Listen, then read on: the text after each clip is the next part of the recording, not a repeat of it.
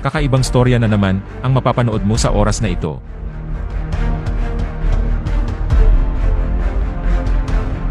Ang lalaking ito ay nagpaputol ng kanyang daliri, nagpaputol ng tenga, ilong, at labi, at hindi pa ito nakontento. Hinati pa niya ang kanyang dila, naglagay ng butas sa kanyang labi, binago ang kulay ng kanyang mata, binordahan ng itim na tinta ang balat, nagpalagay ng iba't ibang implant sa buong katawan. Ginawa niyang katakot-takot ang kanyang sarili. At ang lahat ng ito ay nagawa niya dahil gusto niya maging isang ganap na alien.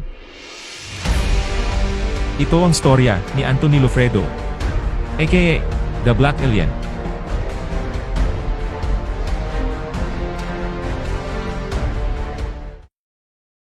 Nung bata pa raw si Anthony, ay ikinuwento niya na gustong-gusto niya raw maging isang astronaut. Pangarap niya raw dati pa na makakita ng totoong planeta sa kalawakan. At hindi lang planeta, kundi pangarap niya rin daw na makakita ng totoong alien, UFO, at iba't ibang nilalang na napapanood niya dati sa telebisyon. At nang dumating ang panahon na si Anthony ay nasa wastong edad na, ang kanyang pangarap na maging astronaut ay hindi niya tinupad, sapagkat nagbago na ang kanyang paniniwala sa mga nilalang na kanyang pinapangarap dati na makita. Dahil sa kanyang pagbibinata, ay mas naiintindihan niya na ang lahat ng iyon ay purong fictional lang at walang katotohanan. Pagdating ng panahon nang siya ay nagkaroon na ng sariling trabaho at nagkapera, ay dito na nagsimula ang nakakatakot na transformation ni Anthony Loffredo. Ang pinakaunang pagbabago na nagawa niya sa kanyang katawan ay ang pagpapalagay niya ng tattoo sa buong katawan ng sobrang itim na tinta. Sinasabing bawat balat niya raw ay pinapalagyan niya ng itim na tattoo, at ito ang dahilan kung bakit ang buong balat niya ay kulay itim. Kalaunan ay binago niya rin ang kulay sa kanyang mata, nagpapersing sa iba't ibang bahagi ng kanyang mukha. At sa panahon na yon, ay sinasabi niyang dumating na raw siya sa punto, naging addicted na siya masyado sa pagpapabago ng kanyang katawan. Pagkatapos raw ng 6 na taon, ay binago naman niya ulit ang kulay ng kanyang mata. Mula sa maliit na eyeball, ay ginawa niya itong kulay berde. Gustong-gusto niya raw kasi na hindi na siya magmumukhang tao. At mas gusto niya na magmukha siyang nilalang na nasa ibang planeta tulad ng mga alien.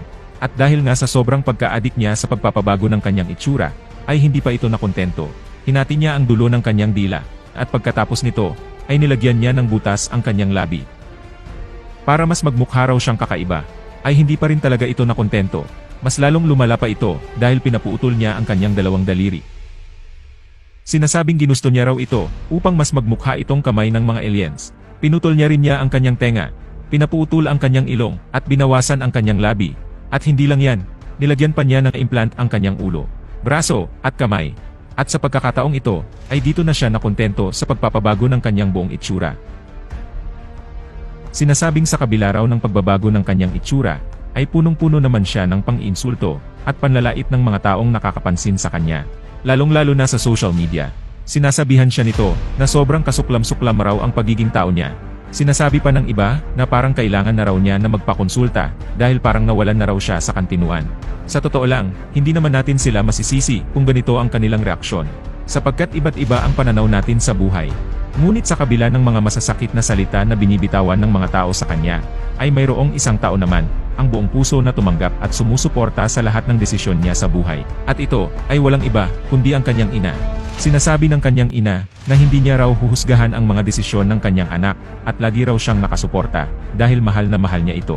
Pero sasabihin ko sa inyo ngayon, ito ang mas nakakatakot pa sa lahat dahil sa kabila ng transformation na kanyang binuo sa kanyang katawan, ay sinasabi niyang siya raw ay nagsisimula pa lamang at ang mas malala pa rito ay may plano siyang putulin ang kanyang kaliwang paa. At ito pa ang mas nakakatakot dahil plano ni Anthony na ang kanyang ari ay hahatiin ang dulo nito. Katulad raw ng paghati niya sa kanyang dila. At yun raw, ang dapat nating aabangan. Marami na talagang nagbago sa itsura, at pagkatao ni Anthony Loffredo, nung ito ay kanyang pinasok.